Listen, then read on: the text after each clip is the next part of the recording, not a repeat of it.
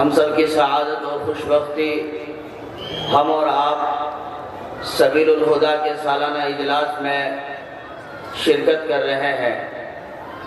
سبیل الہدا مشفق الامت عارف باللہ حضرت الحاج مولانا بشیر صاحب رحمۃ اللہ علیہ کی محنتوں کا آئینہ دار ہے،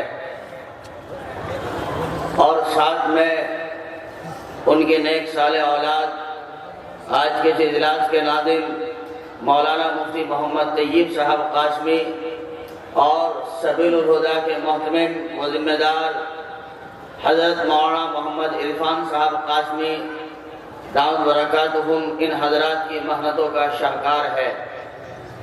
دعا ہے اللہ تعالیٰ ادارے کو ہر دن ترقیات سے سرفراز فرمائے۔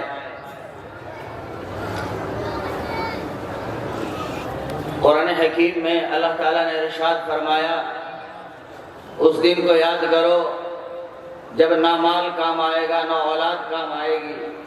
یوم لا ينفع مال ولا بنون الا من اتى الله بقلب سلیم۔ ہاں مگر جو دل اللہ تعالیٰ کی یاد میں بن گیا ہوگا، اللہ تعالیٰ کی محبت میں سج گیا ہوگا، وہ دل کام آئے گا۔ آج دنیا جہان کا مقصد بس پیسہ پیسہ پیسہ ہو، چاہے جیسا ہو، حلال پہ ہو، حرام پہ ہو، جھوٹ پہ ہو، تھوک پہ ہو، کسی کا گلا دبا کے ہو، کسی کی زمین دبا کے ہو پیسہ چاہے ہو جیسا۔ آج پوری انسانیت کا یہ سبق بنتا جا رہا ہے کہ پیسہ ہوگا تو کام چلے گا، پیسہ نہیں ہوگا تو کام نہیں چلے گا، پیسہ ہوگا تو عزت ملے گی، پیسہ نہیں ہوگا تو سماج میں کوئی وقار اور احترام بھی باقی نہیں رہے گا۔ آج انسان ایسا لگتا ہے کہ پیسہ کمانے کا روبوٹ، پیسہ کمانے کی مشین بن کے رہ گیا ہے۔ صبح سے شام تک پیسہ پیسہ پیسہ۔ اولاد کہاں جاری ہے، اولاد کی کیا تربیت ہے، اولاد نشوں سے گزر رہی ہے، اولاد کڑیوں کا شکار ہو رہی ہے، کڑیوں میں نشوں میں دھت ہے، پر ایک ذمہ دار شخص کا اس طرف نظر نہیں آتی، بلکہ پیسہ صبح سے شام تک یہی مقصد رہ گیا ہے۔ شام میں آتا ہے، حقہ اور بیٹھے ہوتی ہیں، ایسے وقت میں اولاد کا جائزہ لے، انداز کرے، نہیں، اس طرف دھیان نہیں جاتا۔ میرے بھائیوں، اس وقت اپنے گرد و پیش کا جائزہ لینا ضروری ہے، اپنے حال و احوال کو جانچنا ضروری ہے کہ اولاد کہاں جا رہی ہے، نقشہ کس طرح سے خراب اور بگڑتا جا رہا ہے، اور تصویر کس طرح دھندلی ہو رہی ہے۔ یہ اولاد جو نہ اپنی ہے، نہ ماں کی ہے، نہ بھائیوں کی ہے، نہ خاندان اور رشتہ دار کی ہے، یہ اولاد نہ خدا کی بن رہی ہے بلکہ اپنے آپ کی بھی نہیں بن رہی ہے۔ اس طرح اپنی زندگی کو فراموش کیا جا رہا ہے۔ آج ہمیں چاہیے ہم اپنی زندگی کا جائزہ لیں اور اس اصول کو توڑیں۔ یہ اصول کس نے سکھایا؟ پیسہ ہو تو زندگی کامیاب، پیسہ نہیں ہم نامراد۔ میرے بھائیوں، کچھ کام پیسے سے بنتے ہیں، لیکن سارے کام پیسے سے سنور جائیں یہ کبھی نہیں ہو سکتا۔ مانتے ہیں ہم، پیسہ آپ کے پاس ہوگا، آپ شاندار چشمہ خرید سکتے ہیں، لیکن آپ پیسے کے ذریعے بینائی نہیں لا سکتے۔ پیسے کے ذریعے آپ شاندار کپڑے خرید سکتے ہیں، لیکن اچھی تندرستی خرید کر نہیں لا سکتے۔ پیسے کے ذریعے آپ موٹے موٹے بیڈ خرید سکتے ہیں، تکیے گدے خرید سکتے ہیں، صوفے خرید سکتے ہیں، لیکن شاندار میٹھی میٹھی نیند آپ پیسے کے ذریعے کبھی نہیں لا سکتے۔ مانتے ہیں ہم، پیسے کے ذریعے آپ کالا خضاب داڑھی پر کرنے کے لیے، بالوں پر کرنے کے لیے خرید کے لا سکتے ہیں، لیکن شباب جوانی کو نہیں لا سکتے۔ آپ پیسے کے ذریعے آپ کھانے پینے کی اشیاء، بادام، چرگوزے، کیلے، پپیتے، انار، سیب، سنترے، یہ تمام چیزیں خرید سکتے ہیں، لیکن شاندار صحت کو آپ مال کے ذریعے کبھی نہیں لا سکتے۔ معلوم ہوا مال کے ذریعے کچھ کام بنتے ہیں، کچھ سنورتے ہیں، لیکن سارے کام نہیں سنورتے۔ جب کچھ کام سنورتے ہیں، ہمیں بھی چاہیے ہم اپنی زندگی کا نقشہ اسی طرح مرتب کریں، ہم اپنی زندگی کا نقشہ اسی طرح مرتب کریں۔ ہمیں کیا ہو گیا؟ مال کی خاطر کئی مرتبہ ایسے جھگڑتے ہیں، ایسے لڑتے ہیں کہ سگے بھائی، سگی والدہ، وہ سگے بھائی جنہوں نے سگی ماں کے پیٹ میں پیر پسارے ہیں، اپنے سگی ماں کو سگی ماں کی ایسی گالی دیتے ہیں، کئی مرتبہ ماں تکتی رہ جاتی ہے۔ کیا گزرتی ہوگی اس بوڑھی ماں پر، اور کیا گزرتی ہوگی ان معصوم بچیوں پر جو اس دادی کی پوتیاں ہیں، آپ کی بیٹیاں ہیں، اور کیا گزرتا ہوگا ان نوجوان بیٹوں اور بچوں پر۔ میرے بھائیوں، اپنی زندگی کا کردار، اپنی زندگی کے نین و نشو ہم کھوتے جا رہے ہیں۔ لڑائی ہو گئی، جھگڑا ہو گیا، کم از کم زبان تو ہماری قابو کی رہے، کم از کم زبان تو ہماری احتیاط کی رہے، ہم اول فول نہ بکیں، ہم گالیاں نہ بکیں، ہم مات تو کی نہ کریں، ان چیزوں تو ہمیں احتیاط کرنا چاہیے۔ لیکن نہیں، جب اندر جنون بھڑکتا ہے، جب آگ بھڑکتی ہے، نہ پھر کسی واعظ کی تقریر کام آتی ہے، نہ کسی عالم مولوی کی افہام و تفہیم کام دیتی ہے، نہ کسی امام کی موعظت و نصیحت کام آتی ہے، نہ کسی چھوٹے موٹے کی بات ہماری سمجھ میں آتی ہے، اس لیے کہ پیسہ سامنے مقصد ہے۔ میرے بھائیوں، زندگی کا جائزہ کرو۔ اللہ تعالیٰ نے بہت تھوڑی سی زندگی دی، بہت تھوڑا سا وقت دیا، اس وقت میں ہمیں چاہیے ہم اپنا جائزہ لیں۔ انما الدنیا فنا لیس للدنیا بقا انما الدنیا فیہا کسجن العنکبوت۔ یہ دنیا ہے ہی کیا؟ یہ دنیا ہے ہی کیا؟ دنیا چند روزہ ہے، اور اسی چند روزہ دنیا کو ہم نے کچھ مال و منال میں اور رہتی سہتی زندگی کو ہم نے موبائل کے ہاتھوں چڑھا دیا ہے۔ موبائل جو ہماری ذہنیت کو ٹھگتا ہے، موبائل جو ہمارے وقت کا خون کرتا ہے، موبائل جو ہماری محبتوں کو اپنے بھینس چڑھا لیتا ہے، وہ موبائل برابر میں شاندار بیوی موجود، بہت خوبصورت سے بچے موجود، مگر نہیں، نیٹ ایسا سوار ہے، نیٹ کا نشہ ایسا سوار ہے، نہ اولاد کی خبر، نہ بیوی کی خبر، نہ ماں باپ کے احترام اور خدمات کی خبر، بلکہ بس اسی میں دھت ہے۔ اور کئی جگہ تو ماں باپ یہ سمجھتے ہیں کہ بچے سو گئے، آپ اطمینان کے ساتھ سو جائیے، نہیں، ماں باپ سو گئے اور بچے گناہوں میں کھو گئے، فلموں میں کھو گئے، اپنی زندگی کو تباہ کر رہے ہیں، اپنی زندگی کو برباد کر رہے ہیں۔ یہ موبائل نہ صرف آج ہمارے کام کاج کو ٹھگتا ہے، نہ صرف ہماری تعلیم کو سکتا ہے، بلکہ آج یہ موبائل اور یہ نیٹ ہمارے ایمان کا سودا کر رہا ہے، ہمارے ایمان کو بھی ٹھگ رہا ہے۔ ہمیں چاہیے ہم اپنی ذاتی زندگی کا جائزہ لیں اور اپنی زندگی کے اصول مرتب کریں۔ صبح اٹھ کر ہمیں رب کو یاد کرنا ہے، دن بھر کا وقت ہمیں اپنے کام کاج کے حوالے کرنا ہے، شام کا وقت پھر ہمیں اپنی ترتیب کے ساتھ گزارنا ہے۔ یہ وقت نمازوں کا ہے، یہ وقت تلاوت کا ہے، یہ وقت درود پاک کا ہے۔ لیکن نہیں، آج تو دنیا کے دولت مند جو اپنے آپ کو دولت مند سمجھتے ہیں، ان کے اپنے شعور ہی غائب ہو گئے، ان کا نظام الاوقات غائب ہو گئے۔ مالدار ہونے کا مطلب خدا کی طرف متوجہ ہونا، مالدار ہونے کا مطلب اپنے تقاضوں و ضروریات سے فارغ ہو کر رب کو راضی رکھنا۔ لیکن آج کے مالدار اور سیٹ کا مطلب رات کے 12 بجے سونا اور صبح کے 11 بجے اٹھنا، اور پھر اٹھ کر کے کیپری پہن کر ننگا پن ہو کر کے ایک کتا پالنا، اس کو گھمانا پھرانا، یہ اپنی عادت بن گئی ہے۔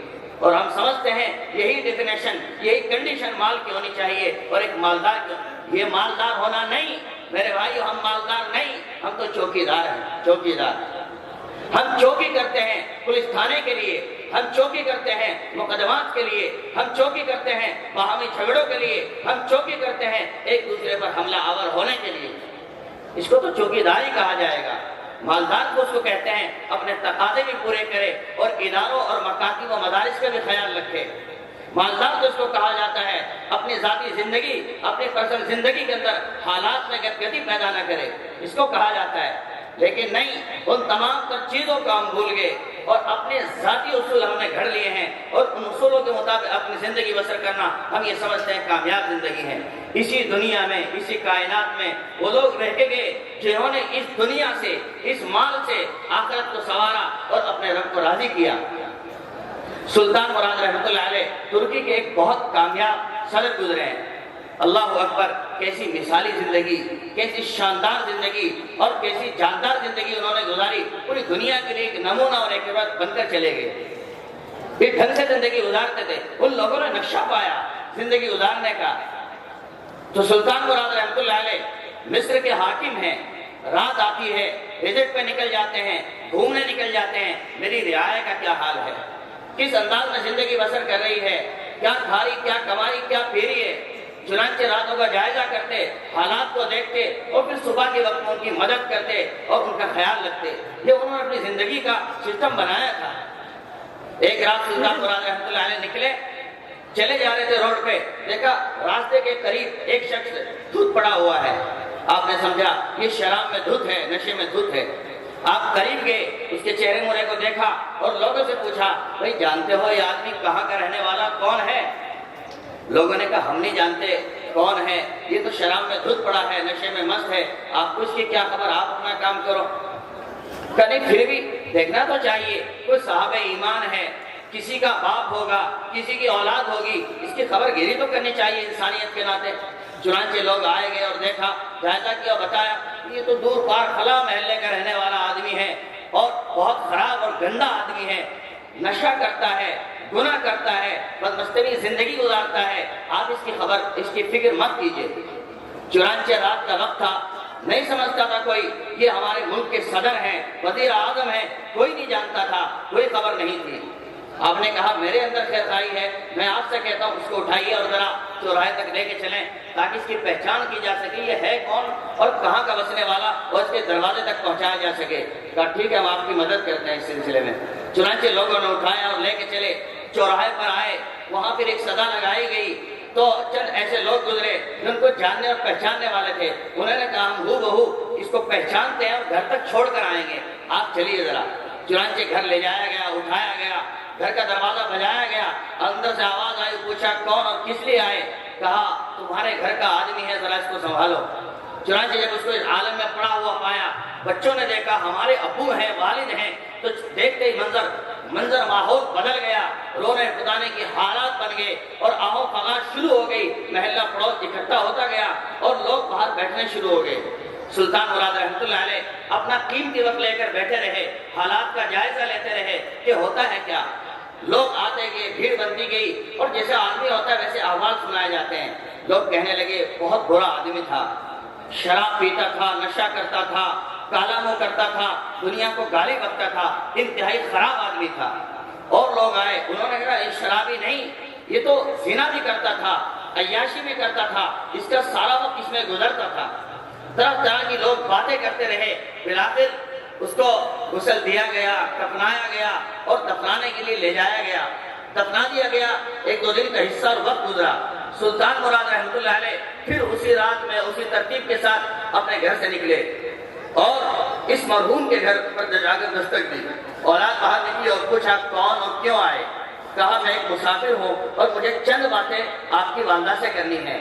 کہا ہمارے والد صاحب کا ابھی 2-4 دن پہلے انتقال ہو گیا، ہماری اماں عدت میں بیٹھی ہوئی ہے، اس سے بات کی کوئی سبیل نہیں بن سکتی، پر مجھے تو 2-4 باتیں کرنی ہے، پس پردہ میں بات کر لوں گا۔ کہا کوئی مسئلہ نہیں۔ انہوں نے ان کو جگہ دی، وہ بیٹھے۔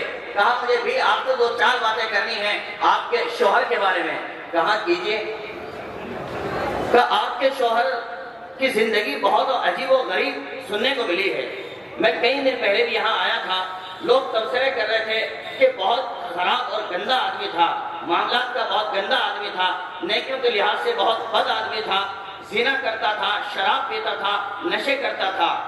اور ادھر ہم نے آپ کی آواز سنی، گھر میں آپ رو رہی تھی اور یہ کہہ رہی تھی میرا شوہر میرے سر کا تاج، وقت کا ولی تھا، بڑا عابد تھا، عبادت کرتا تھا، راتوں تہجد پڑھتا تھا، دنوں روزے رکھتا تھا، حلال کماتا تھا، حرام سے احتیاط کرتا تھا۔ ایک طرف تمہارا یہ رونا اور تمہارے یہ بیانات اور دوسری طرف ماحول کی یہ باتیں، بات کس کی سچ ہے؟ عورت کہنے لگی دیکھو میں اس کی عزت ہوں، میں اس کے گھر کے رہنے والی ہوں اور مجھ سے زیادہ اس کے حال احوال کے بارے میں کوئی شخص نہیں جانتا۔ لوگ جو کہتے ہیں ان کے اپنے تجربات ہوں گے، لیکن چونکہ میرے نزدیک رہا، میرے قریب رہا، مجھ سے زیادہ اس کے حالات کو کون جانتا ہوگا۔ کا بات صحیح ہے آپ کی، آپ صحیح کہہ رہے ہیں، لیکن یہ پورا زمانہ جو اس کی برائی کر رہا ہے اور لوگ یہ کہنے والے موجود ہیں، ہم نے انہیں بدیوں میں دیکھا، ہم نے اپنے سگے کانوں سے سنا، لوگ کہہ رہے تھے کہ 10-10 بوتلیں شام کے وقت میں شراب خانے سے خریدتے وقت ہم نے دیکھا ہے، اس کو تھیلا بھر کر گھر میں لاتے ہوئے ہم نے اپنی آنکھوں سے دیکھا ہے۔ ایسے نوجوان یہاں موجود تھے جو کہہ رہے تھے رنڈی بازار میں جاتے ہوئے ہم نے انہیں اپنی سگی آنکھوں سے دیکھا ہے، وہاں رات گزارتے ہوئے ہم نے خود دیکھا ہے۔ ہم کیسے مان سکتے ہیں یہ نیک شریف ہے؟ یہ تو بدکار ہے، انتہائی بد ہے۔ فرمایا بات آپ کے سامنے آئی ہوگی، لوگوں نے کہا ہوگا، لیکن چونکہ میں بہت نزدیک رہنے والی ہوں میری بات کا اعتبار زیادہ ہوگا۔ کہ بتائیے آپ کیا کہنا چاہتی ہیں؟